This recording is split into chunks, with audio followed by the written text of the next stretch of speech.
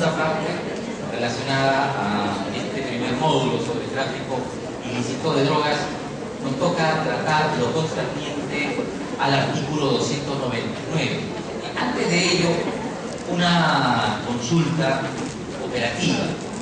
Nosotros tenemos un programa que involucra que retomemos actividades a partir de las 4 de la tarde, de 4 a 8.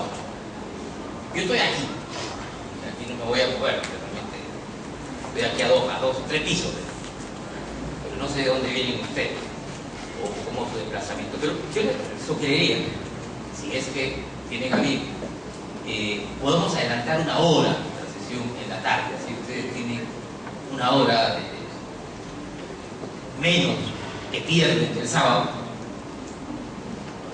y pueden dedicarse a otras actividades. Podríamos comenzar de 3 a 7 de la noche. ¿Está bien? Sí. De acuerdo. Entonces ese va a ser nuestro horario vespertino. La unidad temática en la sesión de la tarde pues va a girar en torno al lavado de activos. Bien. Bueno, vamos entonces con el artículo 299. Avance.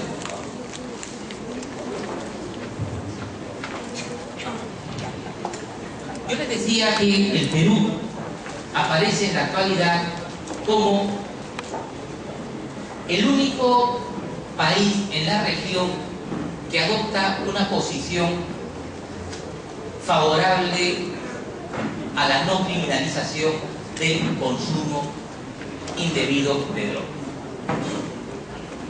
El que esto sea una consecuencia meditada de política criminal o un suceso debido al azar o a la fuente legislativa seguida en vez de la Convención de Viena, es algo que, creo yo, de momento no es tan trascendente discutir.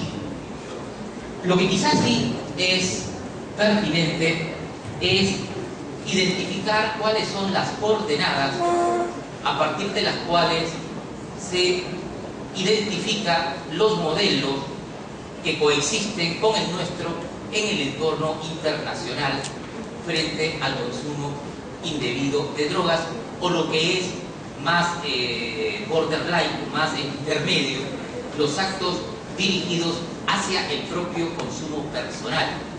Esto es, fabricar, cultivar las drogas, pero no para el expendio de terceros, sino para el propio consumo, pues para el autoabastecimiento de estas sustancias.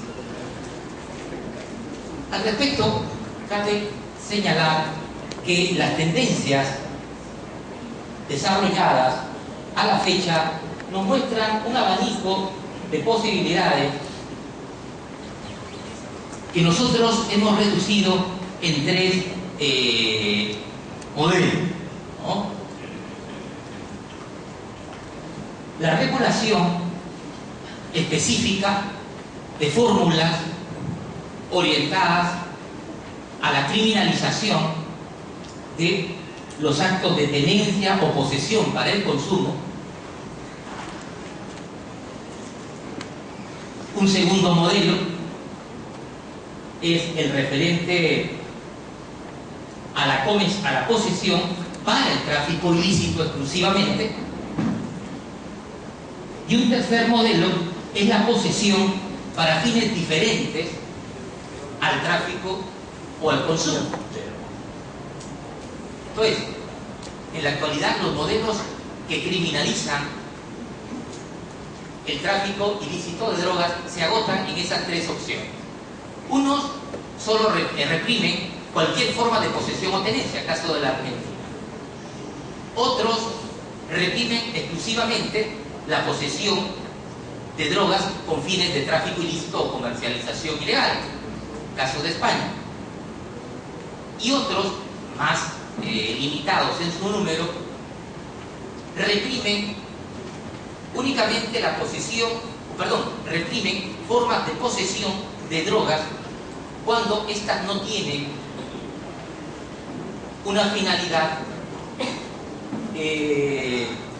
relacionada con el tráfico o relacionada con el consumo. Es solamente una posesión indebida.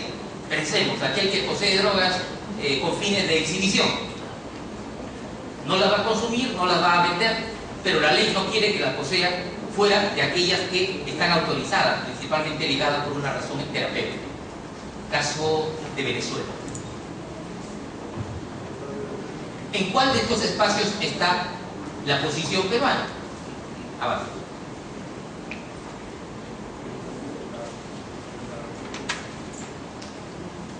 Bueno, antes de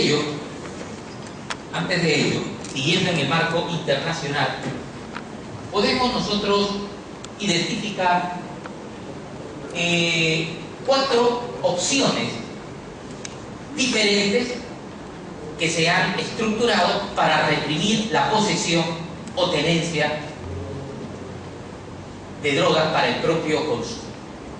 De aquellos países que reprimen la posesión de drogas para el propio consumo, las alternativas construidas en el derecho comparado en torno a cómo tratar esa práctica difieren también y podemos esquematizarlas en 4 opciones. Una primera, tal vez la más difundida, tiende a considerar que el consumo o la posesión para el consumo es una conducta punible y debe ser sancionada con penas privativas de libertad. Esta es la más común. O sea, hay que reprimir al que posee drogas para su propio consumo o las tiene con esa finalidad con una pena privativa de libertad.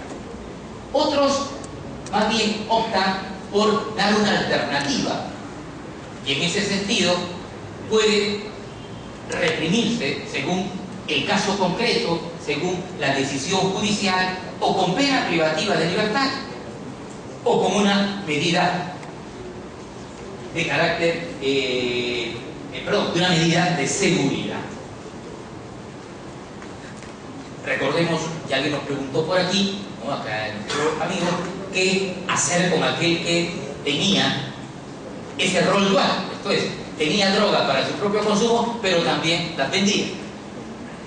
Ese supuesto podría dar lugar a que se piense desde este modelo en una alternativa quizás penal antes que de una medida de seguridad. Pero si fuese solamente consumidor, quizás la orientación del juez podría irse con mayor fundamento hacia una medida de seguridad, de tratamiento desanimador. En fin, hay modelos donde la ley le da en el caso de Bolivia, le da esa doble posibilidad. O lo sanciona penalmente o le aplica una medida de seguridad. Dependerá de las particularidades del caso que el juez decida una u otra opción.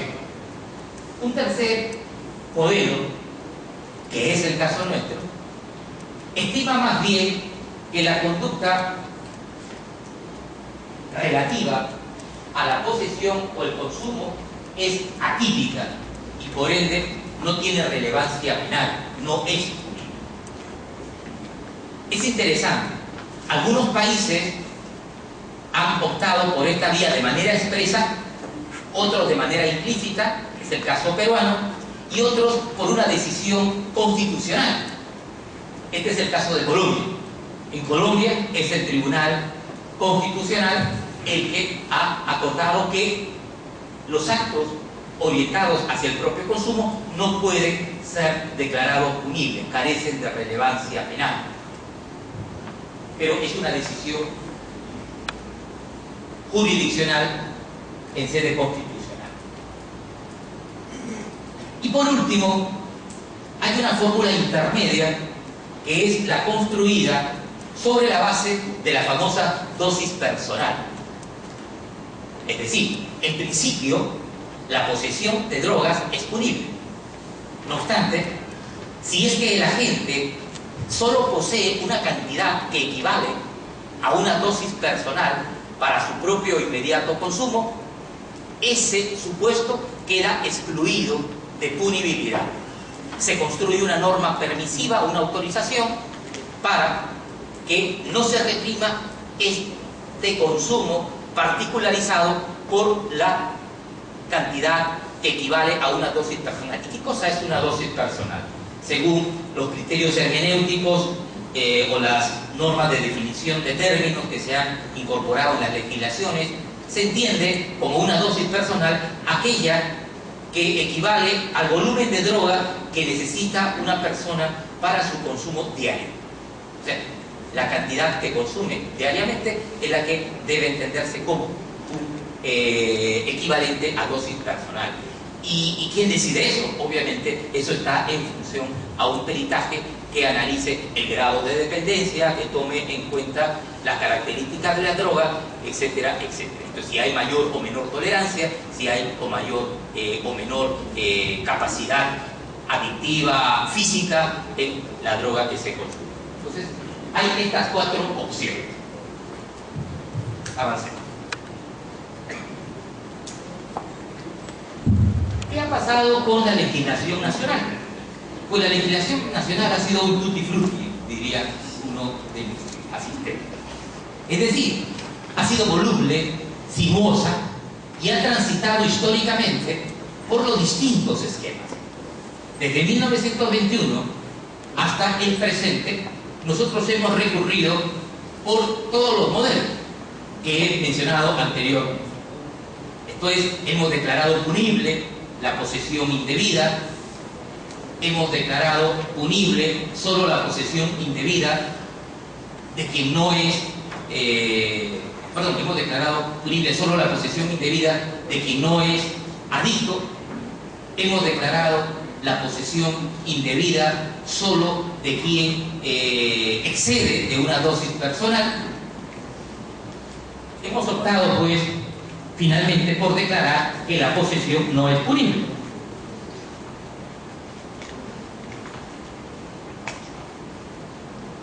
Los distintos modelos legislativos muestran esa proyección, muestran esa diferencia cualitativa de decisiones político-criminales en un contexto histórico o en otro.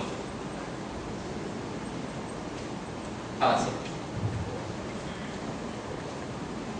El gran problema que hoy tenemos es nuestro artículo 299, que como en el libro mencionamos, califico de problema crónico del Código Penal o de disfunción crónica del Código Penal, ya que ha permanecido por más ya de 20 años en nuestra legislación, que sigue el mismo destino histórico del Código Penal, sin que el legislador haya variado su concepción original de manera importante. Si ustedes tienen oportunidad de leer las primeras cosas que escribí sobre el Código Penal, encontrarán en la revista de Derecho de la Universidad Nacional Mayor de San Marcos, correspondiente al año 92, encontrarán también en un librito pequeño que escribí por aquel entonces, Comentarios al Código Penal, de 1991, de la editorial Alternativas, publicado el año 93, uno de mis comentarios en torno a lo que era esa incorporación al Código Penal de un capítulo sobre el tráfico ilícito de drogas y particularmente lo que representaba este artículo 291. Y en aquel entonces ya decía con énfasis que este artículo 299 estaba de más, que era una disposición asistemática al código y al tratamiento del tráfico ilícito de drogas por la forma como se había construido el artículo 296.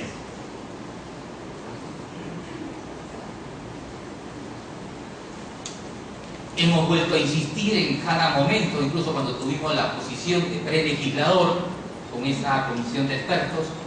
Sin embargo, nos ha ganado la terquedad del legislador y ha más bien sido objeto de reformas involutivas esta disposición. Ahora, yo planteaba en torno a este artículo 299 algunas preguntas para proseguir con mi análisis dogmático. En primer lugar, partiendo de la redacción actual del artículo 299, ¿cuál es el espacio de lo punible? Hace poco tuvimos un caso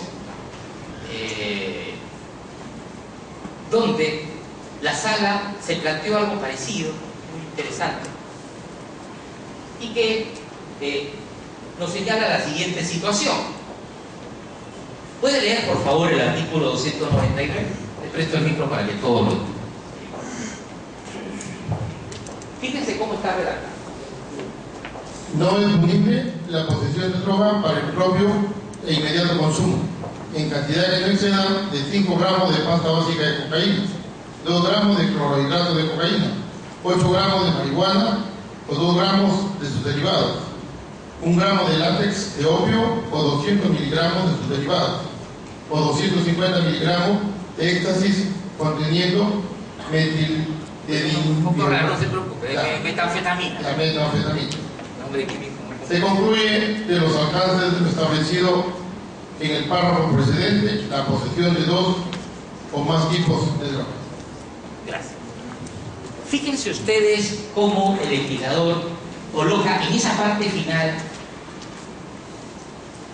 una exclusión. Primero dice, atención, no va a ser punible la posesión de drogas para el propio e inmediato consumo, de drogas para el consumo personal, en tanto no excedan de estas cantidades. Y hace un detalle pormenorizado de cantidades por clase de droga, incluyendo las metanfetaminas o drogas sintéticas.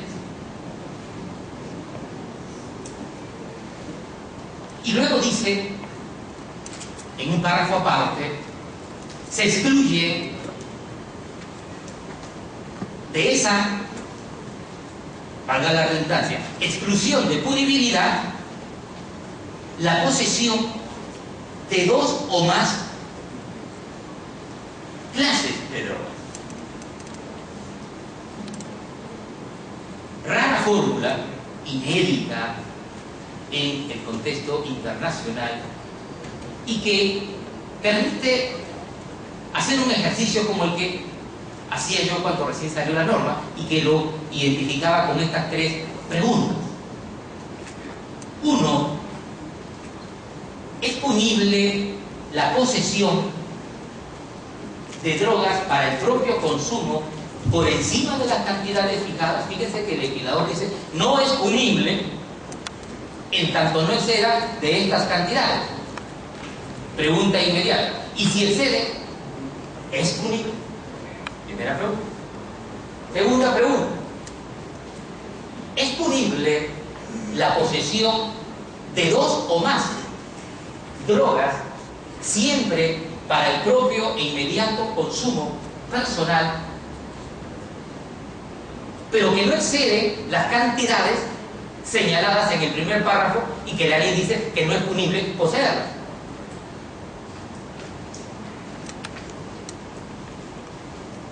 O lo que es lo mismo, si se poseen 2 o más drogas por encima de esas cantidades que la ley señala no son punibles, lo serán por el número de drogas o por el volumen mayor de las cantidades finales. Y por último, si yo respondo afirmativamente la primera, la segunda y la tercera pregunta que acabo de hacerle,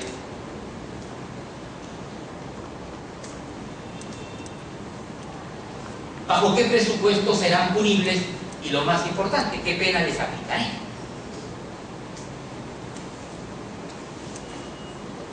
Porque si es punible una conducta, obviamente tiene que tener una sanción penal para quien la realiza. En el artículo 299 hay alguna sanción penal prefijada para las conductas que serían punibles si no se cumplen sus presupuestos o si se dan las excepciones que allí se prefijan. no hay penas. Qué pena que no haya pena, ¿no? A ver, claro, porque eso sería el panorama más evidente para nosotros. ¿Qué podemos decir entonces en conexión con este artículo 299? ¿Por qué mi actitud tan agresiva desde que comenzó a tener vigencia el Código Penal contra él? ¿Por qué quiero destruirlo y dejar mi poder formalmente? Por las siguientes razones. En primer lugar, porque ese artículo 299 tiene una estructura que es propia de las llamadas causas de justificación. Las causas de justificación, como la legítima defensa, el estado de necesidad, recordemos que son normas permisivas. Es decir, son normas que autorizan realizar una conducta que la ley califica típica, pero que no va a alcanzar un desvalor, vale decir, no va a ser antipolítico. Yo mato a una persona y el artículo 106 del Código Penal dice que matar es una conducta típica. Me prohíbe la norma matar. Sin embargo, si alguien trata de matarme a mí y yo reacciono en esa opción entre él y yo y lo mato, habré realizado la conducta típica. Habré infraccionado en principio la prohibición. Pero el artículo 20, el inciso pertinente, dice, ojo, no es punible, carece de responsabilidad penal quien mata cuando hay una agresión ilegítima, cuando actúa de manera proporcionada para repeler la agresión, cuando no ha habido provocación de la conducta agresora. O sea, el derecho me dice a mí sencillamente, oiga usted, cuando yo no lo puedo defender, defiéndase usted. Yo le doy permiso para que lo haga. Y si esa defensa implica que usted tiene que matar a otro, está autorizado a hacerlo. Eso es una norma permisiva. Una norma que me dice, usted puede hacer lo que está prohibido. Si nosotros revisamos el artículo pertinente, vemos que el legislador en esa fórmula que utiliza no hace una descripción delictiva. No dice el que mata a otro será reprimido, sino que hace al revés. No es punible quien hace tal cosa.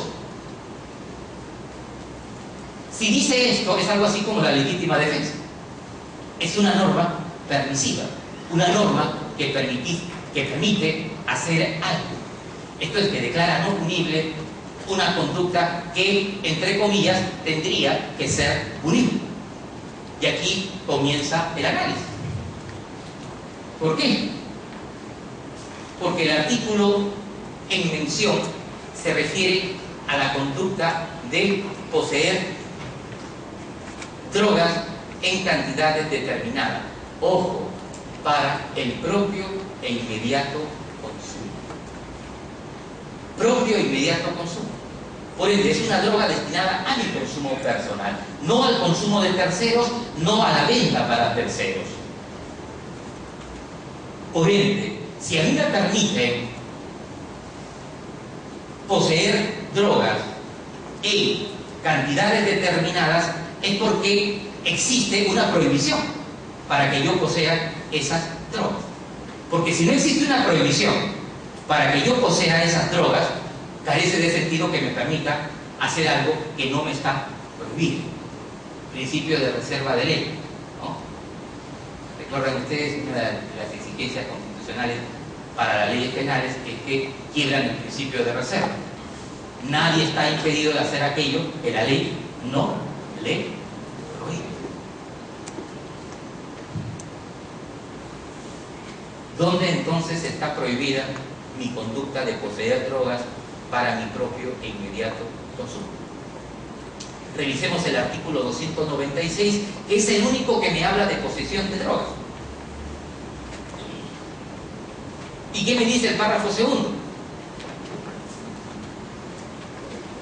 Que posea drogas para el tráfico ilícito, no para el consumo personal. Entonces, si el artículo 296, en su párrafo segundo, prohíbe la posesión para vendérsela a terceros, que es la única referencia al consumo ilegal, o sea, el consumo ilegal es el consumo de terceros, no el consumo personal. Entonces, ¿dónde está la prohibición de mi conducta para el consumo personal que amerite que exista un artículo 299 que me diga, ojo, es prohibido el consumo personal, pero si no excede de estas cantidades, no te voy a reprimir? 5 minutos para que me encuentren esa disposición.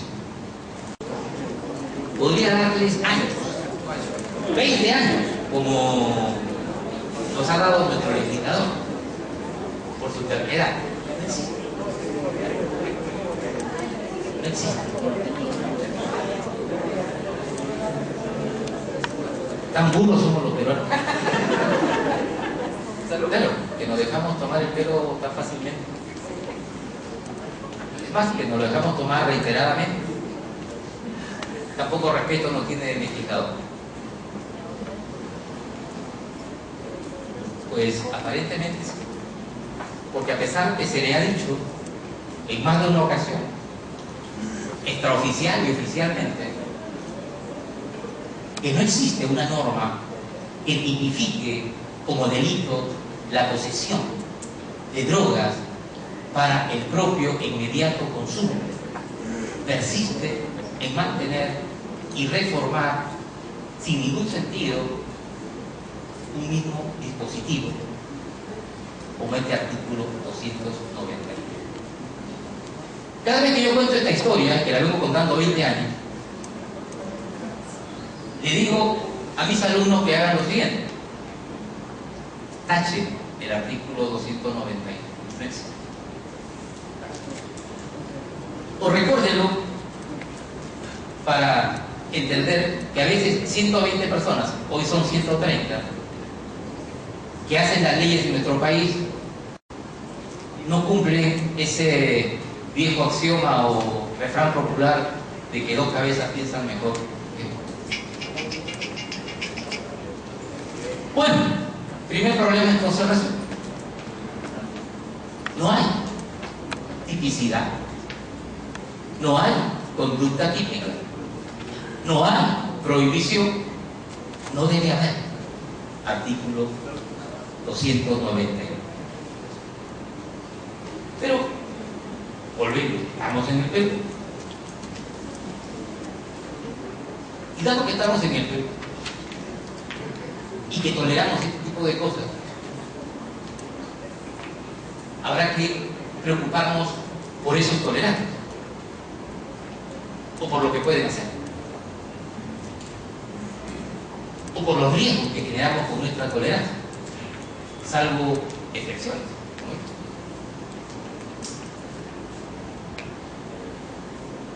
Que desde el día siguiente del Código Penal dije que esto no podía mantener. Es un problema de voluntad política. Digo que hay que cuidarnos, porque pueden ocurrir cosas raras.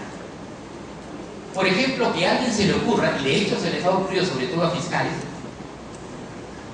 y a policías más, de que puedan interpretar la norma al revés. De hecho, un contrasentido total y una contradicción abierta al principio de legalidad. Pero no. Yo he tenido consultas de fiscales que se han atrevido, entre comillas, a citarme incluso para justificar la no formulación de acciones a partir de situaciones evidentes de actos dirigidos hacia el propio consumo, pero cuyas cantidades superaban los límites del artículo 299, o que el poseedor tenía más de 2 drogas, aún no superando esos límites. Y que me consultaban porque los superiores les habían mandado, ¿sí?, formulen. Y lo más grave, les decía que eso lo vea el juez, pero usted tiene que denunciar de todas maneras. Hay argumentos para plantear un análisis que es estrictamente técnico. El problema que tendrían esos que leen la ley al revés, esto es, que más o menos dirían, quien excede, como la norma dice, no es punible el que posea drogas para su propio inmediato consumo siempre que no exceda de esto, y tampoco es punible el que posea solo un tipo de drogas, pues obviamente debe ser punible el que hace lo contrario. O sea, el que posee drogas en más cantidades que las allí fijadas para su propio autoconsumo contradice la ley, entonces es punible. O también es punible el que, pese a que tiene cantidades menores, pero tiene 2 más drogas. Y la ley solo dice que no es punible el que posee un solo tipo.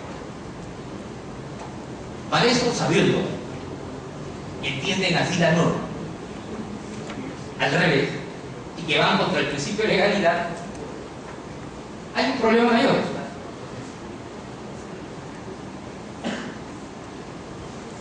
Porque podrán decir, no, usted justifique la denuncia y diga que el hecho es típico leyendo al revés el artículo 299.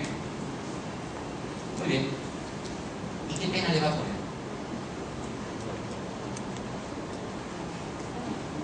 Se entiende que si yo persigo una conducta, sobre todo, es para desarrollar luego una pretensión punitiva. Vale la pena.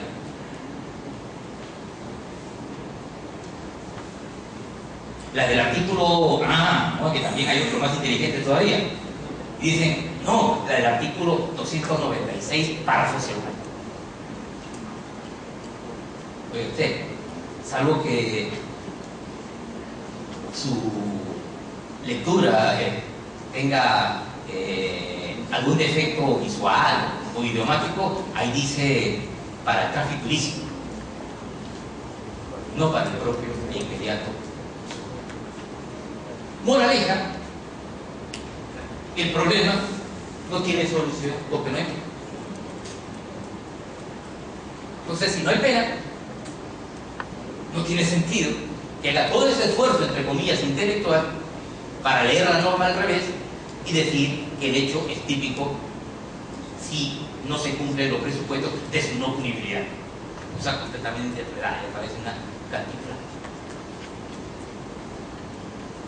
El problema, como decíamos, es muy simple en términos técnicos, porque básicamente ese artículo 299 siempre ha sido, y hasta ahora lo es, una norma permisiva, una norma de autorización, una causa de justificación que no tiene sentido existir si es que no hay una conducta prohibida, porque la causa de justificación tiene como rol en la dogmática de ayer, de hoy y de mañana seguramente, para permitir lo prohibido. Si no hay prohibición, no hay necesidad de un permiso. Principio de reserva, sencillamente. Avancemos. ¿Qué pasa si yo sigo manteniendo el artículo 299 en la ley? Si no lo tacho como les he recomendado, o si sigo actuando como el personaje de aquella tradición interesante de Ricardo Palma, el sargento Pai, ¿no?, al pie de la letra, ¿no? Si sigo haciendo todo esto, puede ocurrir varias cosas. Primero, que yo potencie la intervención policial en actos ilícitos.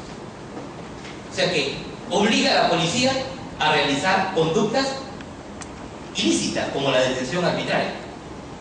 Y yo recuerdo cuando recién, hubo un tiempo muy, muy corto de que ejercí.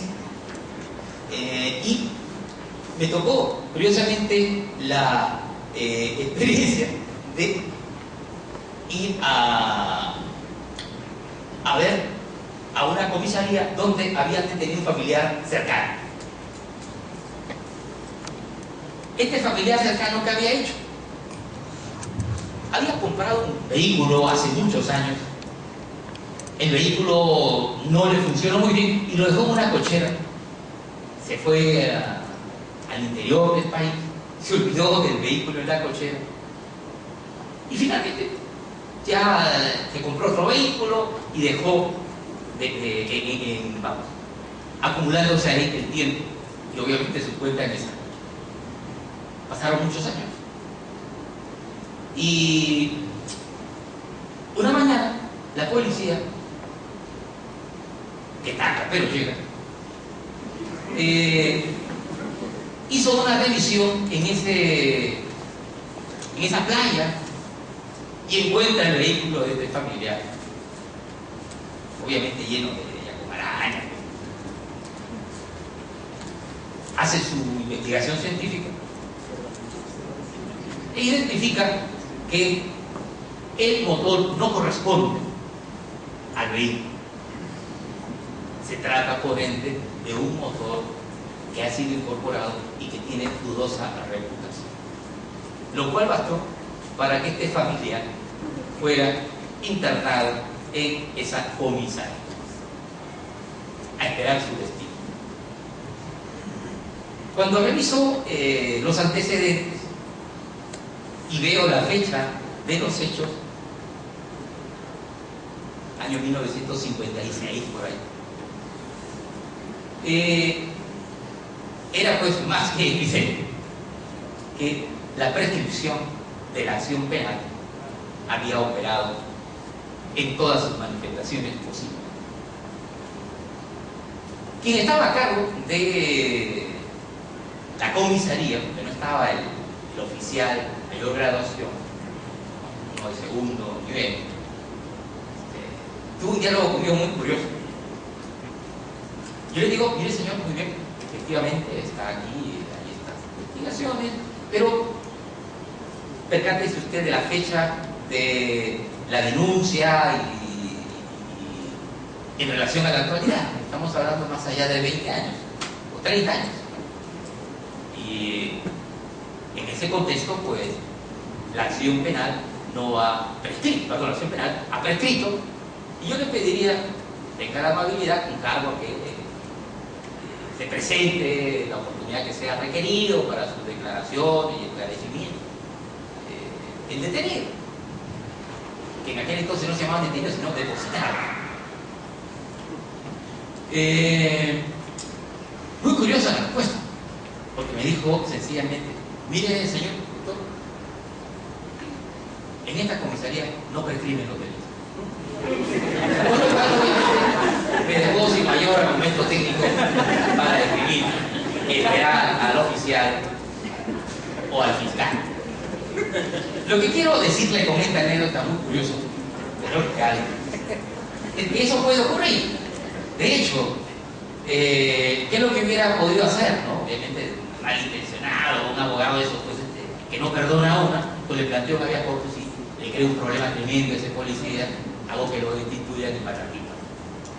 Obviamente nada de eso hizo, todo se lo bien. Pero el yo mantener el artículo 299 en esos términos y con esos problemas y con esas posibilidades de interpretación podría llevar a que un policía realice una intervención donde igualmente lea al revés la norma y al final le plantee una vía corpus y se vea en un problema mayor. ¿Quién tiene la responsabilidad? El legislador, o la falta de capacitación o la mala orientación del fiscal que podría tener a su cargo el caso. Pero no solamente ese es el problema de la detención indebida, sino que innecesariamente voy a recargar mi despacho, sea el fiscal, sea el judicial, o voy a motivar la atención después de investigación preparatoria innecesaria. Porque a la postre, tarde o temprano, alguien dirá con razón que esta conducta que motiva una investigación preparatoria, que determina una formulación de denuncia, pues no es típico. Y no porque lo diga su servidor, sino porque sencillamente, como ustedes han podido constatarlo, no lo es. Y hoy en día, equivocarse cuesta. ¿No? Hoy desarrollar una mala intervención, desarrollar una mala acción, tiene efectos colaterales. En primer lugar, nos muestra que no son modelos profesionales. Segundo, los que ven nuestro quehacer, nuestro desempeño, nos van a evaluar negativamente. Y eso puede generarnos otro tipo de complicaciones adicionales. Entonces, no es bueno que tengamos riesgos normativos o que hagamos incrementar nuestro despacho innecesariamente. Más aún, en el marco del nuevo modelo, denuncia archivada y más por razones de desempeño, al menos en Chile, cuesta el mantenerse en el cargo.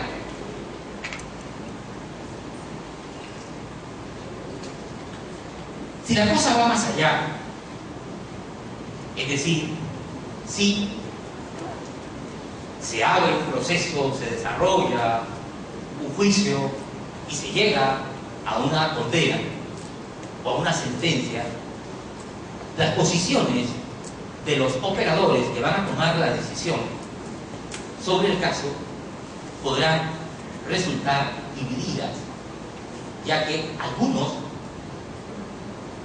podrán sostener la tesis de la lectura al contrario sexo, mientras que otros estarán convencidos de la atipicidad de la conducta y por ende de la exclusión o sobreseimiento del proceso. En términos institucionales, puede favorecer innecesariamente una jurisprudencia dividida o una posible jurisprudencia dividida sobre la atipicidad de estos comportamientos. Hoy en día, sin embargo, esa tendencia, al menos a nivel del Poder Judicial, es mínima, como lo ha demostrado una de las resoluciones, reitero, que he leído recientemente, hace unos días, de una Corte del Interior. Avancemos.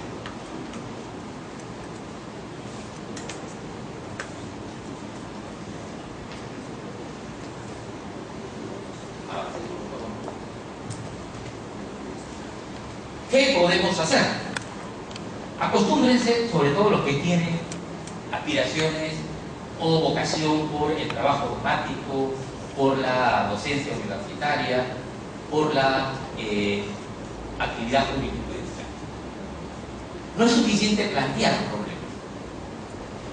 No es suficiente ironizar o destacar las debilidades de los operadores en la aplicación de la ley o en la construcción de las normas. Eso es muy fácil, ¿no? Y a veces hay gente que lo hace o lo desarrolla como opción personal o como vía de demostrar su capacidad frente a otros. Eso no es lo correcto. Eso no es lo trascendente. Eso no es lo que importa realmente hacer, y sobre todo en escenarios como estos, por parte de quienes estamos ligados a este tipo de quehacer dogmático o jurisprudencial. Por ello los acuerdos plenarios son importantes, porque no son plantear problemas. Es más, muchos de los problemas nos los han planteado nosotros, nos los han creado. Lo que tratamos de hacer es salir de esos problemas creados mayormente por el legislador, como fue la reincidencia, como lo es nuevamente la reincidencia, como lo es el tema de lavado de activos. Bien. De lo que se trata es de construir alternativas. Yo creo problemas para promover alternativas. Una de las funciones esenciales, o dos de las funciones esenciales de la dogmática, es operar en vías de legalidad. Esto es, interpretar la norma tal como está construida para permitir su aplicación, buscando a su interior todas las alternativas posibles de solución a lo que aparentemente no tiene solución, es un error o una omisión del legislador. Y otra, la de promover nuevas reformas de la ley cuando la vía de la interpretación interna no es posible, porque afectamos el principio de legalidad, lo que conocemos como un razonamiento del eje federal. Esas son las dos tareas que hacemos los dogmáticos. Con la primera ayudamos a los jueces, con la otra ayudamos o demandamos al legislador. Justamente, aquí decía, uno es una función judicial, la otra es una función política. Aquí ofrecemos las dos alternativas, la judicial y la política, la del eje data o la del eje federal. Primero decimos, en torno a el futuro de la legislación del eje data, que el legislador tiene que tomar una decisión político-criminal definitiva que cambie la actual para no quedar en el ridículo que yo estoy demostrando que queda con lo que acá acabo de explicar. Esto significa que el legislador debe decidir si va a reprimir al consumidor de drogas o va a mantener a este fuera del control penal. Es una opción político-criminal. Ya hemos mencionado, la Convención de Viena favorece la represión de quien posee drogas para su propio e inmediato consumo, porque lo considera parte del mismo sistema retroalimentado o autorretroalimentado del tráfico ilícito de drogas. No hay tráfico si no hay consumo. Por ende, debo reprimir uno y debo reprimir el otro. El legislador peruano, ya lo habíamos mencionado, si no reprime el consumo, no es porque lo haya decidido expresamente, sino porque incorporó una fórmula donde no se reprimía el consumo, que es el caso español, que solo reprime la posesión para el tráfico ilícito, no para el consumo personal. Pero si mantiene el artículo 299 por 20 años, hay que entender que aunque no sabe cómo hacerlo, le interesa dejar fórmulas ligadas a una posible punibilidad del consumo personal de drogas. Es pues la oportunidad de tomar la decisión y, como dicen los buenos políticos, sincerar la fórmula. No crear complicaciones a la hermenéutica, a los jueces, a la policía, a los fiscales, sino decir definitivamente, es punible el consumo de drogas. Si esto ocurre, entonces el artículo 299 debe cambiar de redacción. ¿Cómo sería un nuevo artículo 299? Muy fácil. Empezaría así: será reprimido con pena privativa de libertad no menor de tanto ni mayor de tanto el que posea drogas para su propio e inmediato consumo personal. Punto. Segundo párrafo: está excluido de esa penalidad si la posesión de drogas no excede de tales cantidades. Así de fácil. Si por el contrario optara por mantener ya de manera abierta y clara su adhesión a la no punibilidad de los actos orientados al propio consumo personal, la tarea es más sencilla aún. Debe eliminar el artículo 299 y nada más. Y más bien ahí colocar, tal vez, como decía yo anteriormente, ese inciso tercero del artículo 298 que ahora aparece como asistente. Aquí tendríamos un nuevo tipo especial. Ahora bien, ¿qué hacemos mientras las cosas se mantengan tal como están ahora? Pues lo que recomendamos a jueces, fiscales y entiéndase también a abogados es a proponer de oficio o a solicitud o requerimiento que se aplique en torno a los posibles actos de persecución, denuncia o procesamiento de estas conductas que hemos identificado devienen del artículo 299 vía una excepción de naturaleza de acción en el caso de quienes están con el viejo Código Procesal Penal o de improcedencia de acción como corresponde al nuevo Código Procesal Penal. Pero sí será riesgoso, sí podrá traer responsabilidades derivadas, sí será irresponsable mantener ese estado